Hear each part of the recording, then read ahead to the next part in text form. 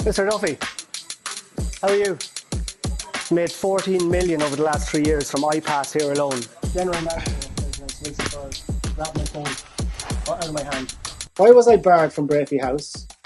Why did the manager of Brafey House rob my phone? And did I ever get my phone back? Find out. Mr. Duffy, how are you?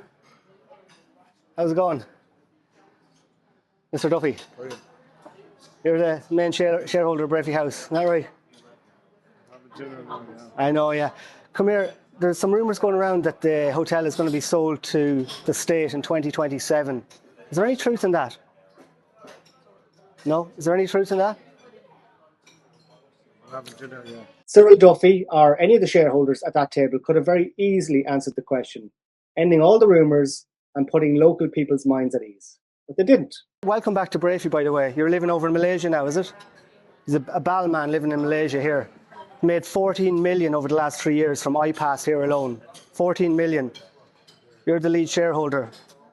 You've made about 7 million, yeah? People of Brafey are very concerned with what's going on here. All the money you're making and the misery you're bringing to this village. Have you any comment to that, no? Any comment? Any comment? How many people do you have room for here? Look at that. That's the top shareholder that owns Brafey House here. Made 14 million profit in the last 3 years. Swans back every so often, and then leaves back to Malaysia where he lives now. He's a bal man, just lives out the road. That's staff in, yeah.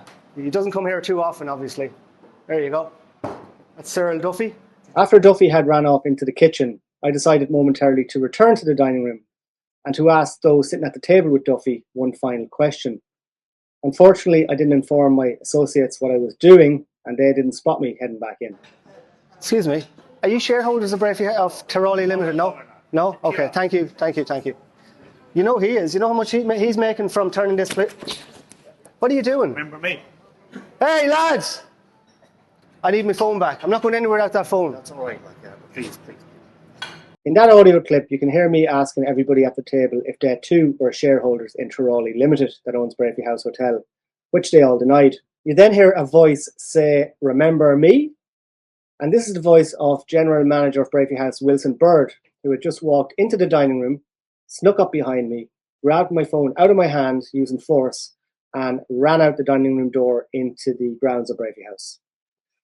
And the reason he took my phone, quite obviously, is because he did not want me asking questions of the shareholders regarding the potential sale of Brafey House to the state. So, what's the story? Is the iPass Centre at Brafey House Resort being sold to the state or not? Well, it was reported a couple of weeks later in the Connacht Telegraph, in response to a question by TD Paul Lawless, that Justice Minister rejects purchase claims in respect of leading Mayo Hotel. Is that the truth? It's just very difficult to believe anything that this government says anymore.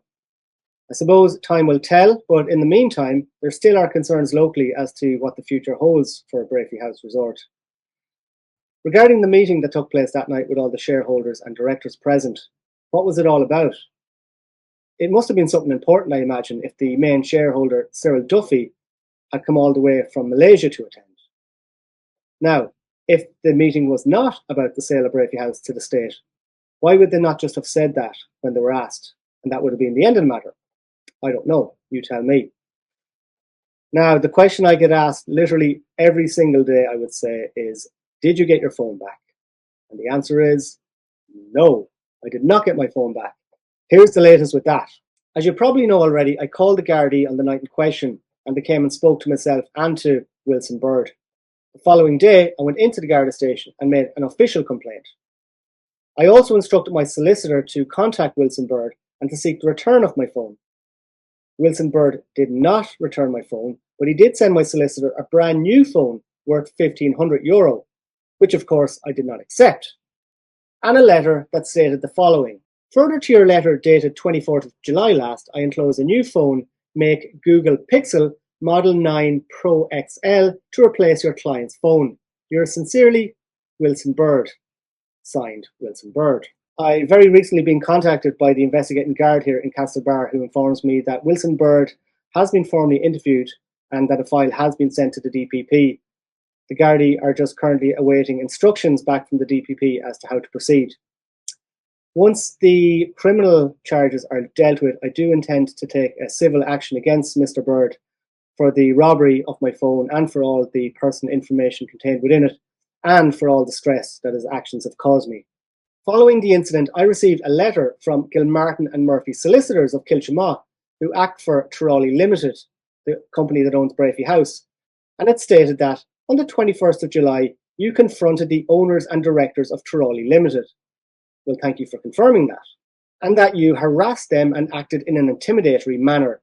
Well, I dispute that, but let the viewer make up their own mind. They then go on to say that this is the latest of a series of such incidents. Well, this is not true, because I've never confronted the owners, shareholders, directors, or the management of Brafey House Resort at any time in the past. Later on in the letter, they go on to say that our clients, which is Brafey House, have a duty to their staff and to members of the public to prevent incidents of the sort which occurred on the 21st of July 2025 and which left staff and residents in fear of your behaviour. I seriously doubt that any staff or members of the public or residents of Brafey House were in fear of my behaviour on the day in question. The fear locally is that over 950 people, many of whom are undocumented illegal economic migrants, have been moved into our community, and we have no idea what the future holds for Brafey. Our village has doubled in size from 1,000 people to 2,000 people.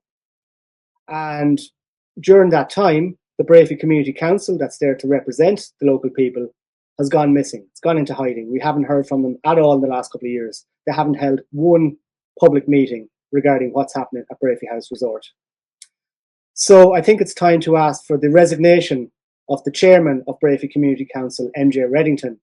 And it's time that the local people elect a new committee that will actually go and represent the views of the local people and act on their behalf.